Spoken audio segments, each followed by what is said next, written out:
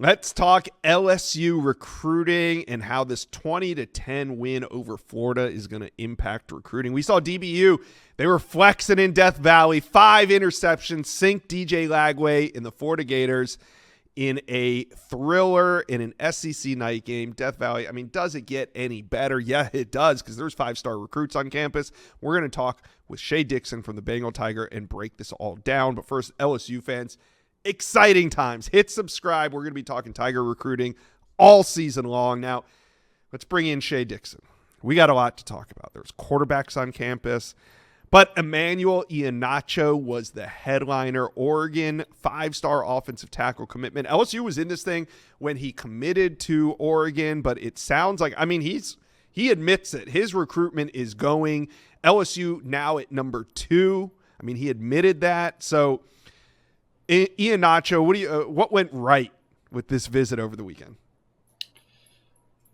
I think getting him back to campus, Josh, was the big thing. Remember, he took and made an official visit over the summer to LSU. And as you noted, at the time, Chad Simmons, Steve Wiltfong, everyone was kind of plugged in and said, hey, look, LSU finished runner-up here when he committed to Oregon and Dan Lanning. They say horseshoe, close counts only counts in horseshoes and hand grenades. I add recruiting to that in this day and age. I think you want to be in the mix all the way until the ink is dry.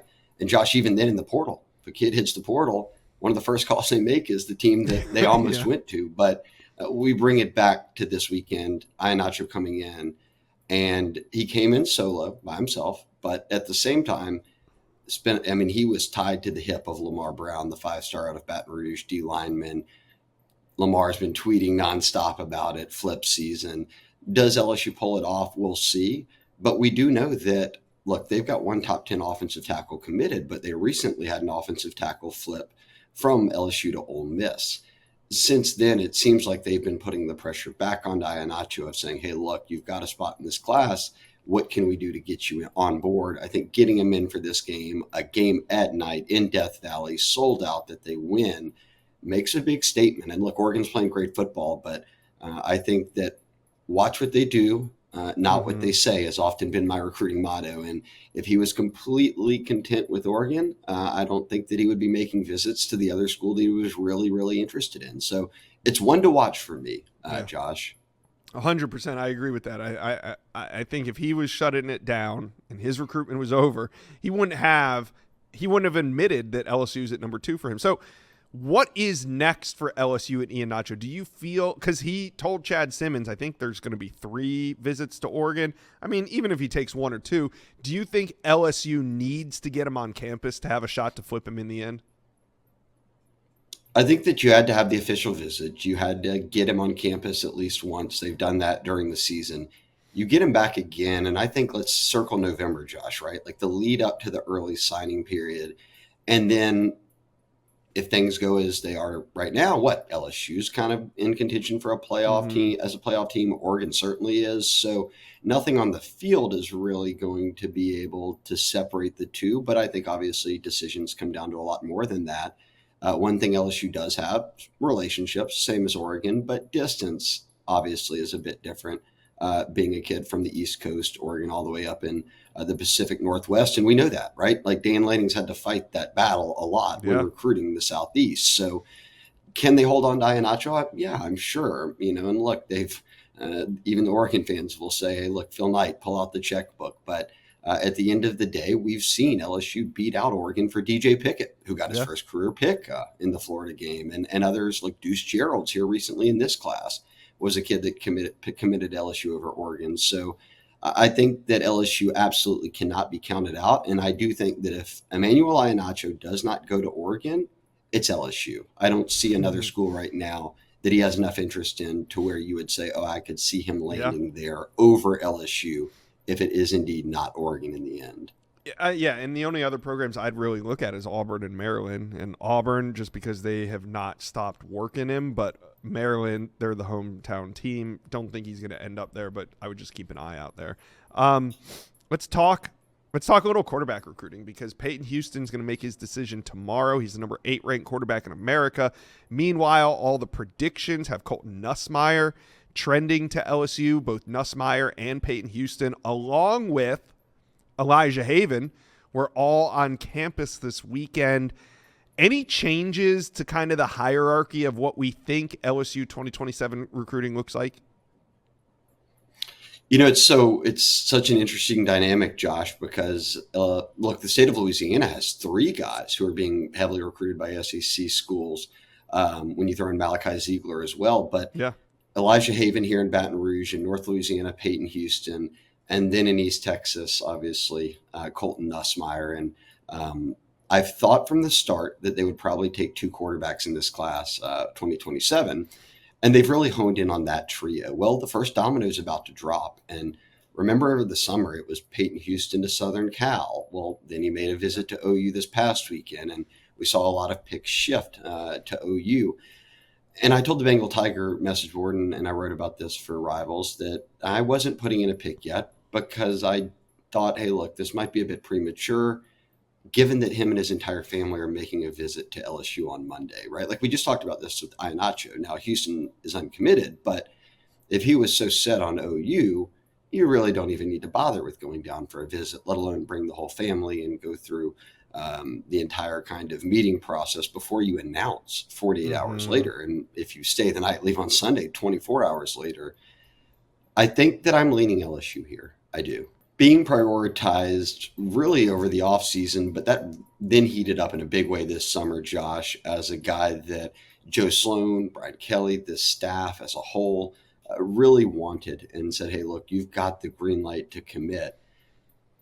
We've gone past the Southern Cal picks. We've seen the OU picks. Again, I kind of lean LSU here coming out of this visit. I just think that the work they've done behind the scenes is maybe enough to pull this one off. And just as surprising, I don't think people would expect me to have said that, or I know people were surprised earlier in the week when I didn't just jump on OU when they were the sexy pick after they beat Michigan and he was there. But I also, if you were to make me say who would be the second quarterback, I might not pick the actual Baton Rouge native who's the 5-star here in town, who's looked heavily at Florida and a number of other schools in Elijah Haven. I could see it being Nussmeier, just as easily, given that his brother's here. They have familiarity with the program. So all these guys know it's going to be a 2-quarterback class potentially. But the first domino drops on Monday. And I kind of, like I said, right now, Josh, here we are on a Sunday, 24 hours out.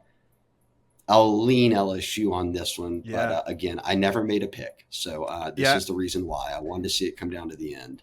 Well, while you were talking, the Bengal Tiger message board just called me and asked me to ask you this. Shay, when are you putting in your prediction? I'll put a pick in tonight or in the morning. I think he announces tomorrow afternoon, perhaps. No, I think it's tomorrow at about 10:30 Central Time. Okay. So we're less than 24 hours out because we're filming this on Sunday afternoon. The answer would be Sunday night on the Bengal Tiger message board. But the inside scoop gets it first, Josh. I'm going to go post on the board right after this and let them know where I'm leaning. But I'll lean LSU here in a battle with OU and USC and many others. All right. What was Lamar Brown talking about when he tweeted out flip season? He followed that tweet up with just a myriad of videos of him and Emmanuel Iheanacho hanging out in the student section, on the sidelines, all of that. So I think that he's pointing at Emmanuel Iheanacho. Look, they're both linemen, and I think 5 stars, obviously, and Lamar now being committed, which was the big story really for LSU in July, was keeping the Baton Rouge native home. Yeah. Now I think he's really turned into one of their bigger recruiters. And you saw Big Rich Anderson in a lot of those videos, the number 2 D lineman in America out of New Orleans, also committed to LSU. So I think the local boys are doing all they can to say, hey, look, what's it going to take to join us? And Josh, you know this, anyone who follows recruiting, all of those guys go on visits. They go to camps. When you're ranked, all those guys are 5 stars. They all kind of know each other already. So it's sort of one of those things when you show up on campus, it's good to see you again. And then it quickly turns into, what do we have to do to get you flipped from Oregon? Right. So people want to talk NIL, coaching staff, all of this, who showed up with them, will he come back? Be happy that you've got Lamar Brown and Richard Anderson in tow here who are staying on him pretty heavily. Just a great weekend for LSU recruiting that could result in a huge week for LSU recruiting. I mean, Landon Peyton Houston right here, top 10 quarterback in America, top 100 recruit, would be huge for 2027. Any other names that you think that you thought LSU maybe made up ground with, got traction with, that LSU fans need to know about? Two other guys who were kids who are committed Right. to schools right now were on campus. KJ Edwards, a top 5 running back, committed to A&M. LSU again was sort of the other team there, and they've prioritized him and haven't taken another running back, and they don't have great depth there. So I think much like they did with Caden Durham 2 cycles ago, that Frank Wilson's going to stay on KJ Edwards to see if they could get him in the class. Mm-hmm. And the other is JJ Bush. He's an Arkansas commit from Alabama. Blake Baker, whose defense has been amazing to start the season, has not taken a linebacker commit this cycle, and all offseason, his only target really was JJ Bush. And look, I can tell you now, here's the behind-the-scenes scoop. JJ Bush was set to commit to LSU. Like, we had everything written up. We were ready. And then a few days prior, Chad Simmons and said, hey, look, this is maybe going to go Arkansas's way. And Arkansas ends up landing his commitment. So does he stick with the Razorbacks? We'll see. But getting him on campus for this visit was big. Spent a lot of time with Harold Perkins, with Blake Baker. And he had been trending to LSU for so long that we knew the Tigers weren't going to go away. So beyond Iheanacho, look, a couple of other kids committed to SEC schools being in town, I think, was the other big storyline. And I'll end with this, Josh. People don't want to celebrate it, but it's a big deal to me. Every single LSU commit that's a senior in high school right now, so the current class that signs in December, was in Death Valley on Saturday night. That includes Florida kids like Trenton Henderson and them, who are top 100 players, to all of your Louisiana kids. Josh, that's tough to do during high school football season. Like, they're playing Friday night, film study Saturday morning, and then you still got everyone here, even the out-of-state guys, Deuce Gerald's everyone. So I thought that's a big storyline. You want to keep kids committed. You have to keep them around the program and show them environments like that as much as possible.